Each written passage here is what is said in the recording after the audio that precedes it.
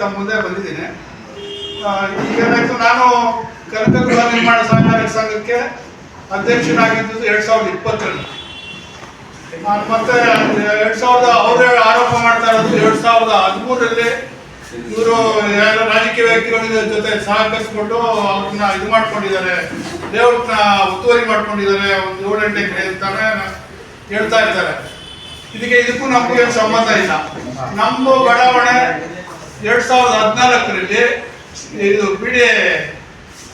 ಬಿಡಿಯಿಂದ ಜಂಟಿ ಅಭಿವೃದ್ಧಿ ಅಂದ್ಬಿಟ್ಟು 70-30 ಸ್ಕೀಮಲ್ಲಿ ಮಾರ್ಪಡಿತ ಕಾರ್ಯಾದೇಶ ಮಾಡಿ ನಮ್ಗೆ ಆದೇಶ ಕೊಟ್ಟಿರ್ತಾರೆ. ಅದರಂತಾನೆ ನಾವು ಆ ಬಡಾವಣೆ ರಚಿಸಿರ್ತೀವಿ.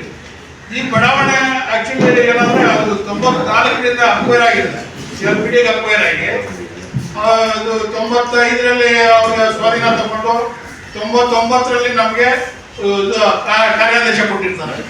99ರಿಂದ ನಾವು ಇದನ್ನ ಅವರು ಹೆಂಗೆ ಅವ್ರ ನಿಯಮಾನುಸಾರ ನಾವು ಬಡಾವಣೆ ರಚಿಸ್ಕೊಂಡ್ಬಂದು ನಾವು 30% ಬಿಡಿಎಗೆ ಬಿಟ್ಕೊಟ್ಟು ಇನ್ನು 70%ಲ್ಲಿ 17 ಎಕರೆಯಲ್ಲಿ ನಾವು ಬಡಾವಣೆ ರಚಿಸಿ ನಮ್ಮ ಮೆಂಬರ್ಸ್ಗಳಿಗೆ ನಿವೇಶನ ಹಂಚಿರ್ತೀವಿ.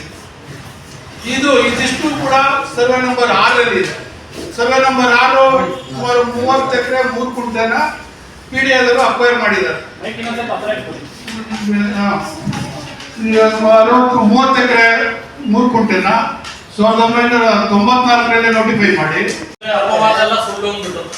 ಇವ್ರು ಮಾಡಿರೋ ಅಪವಾದ 100% ಸುಳ್ಳಾಗಿದೆ. ನಾವು ಕೂಡ ಅಧ್ಯಕ್ಷರ ಮೇಲೆ ಅಧ್ಯಕ್ಷ ಗಿರಿಯಪ್ಪ ಅಂತ ಅವ್ರು ನಮ್ಮ ಫೋಟೋ ಕೂಡ ತಗೊಂಡು ಹಾಕ್ತಾ ಇದ್ದಾರೆ. ಆಮೇಲೆ ಅದು ಕೂಡ ಸುಳ್ಳು. ಮತ್ತೆ ಜಾಗದಲ್ಲಿ ಸ್ಮಶಾನ ಇದೆ ಅನ್ನೋದು ಕೂಡ ಸುಳ್ಳು. ಹಾಗಾಗಿ ಇದು ಒತ್ತುವರಿ ಮಾಡ್ಕೊಂಡಿರೋದ್ರೂ ಸುಳ್ಳು. ಯಾವ ಆಮೇಲೆ ಸರ್ವೆ ನಂಬರ್ 120 ಅಂತಾರೆ, 120 ನಮ್ಗೆ ಸಂಬಂಧ ಇಲ್ಲ.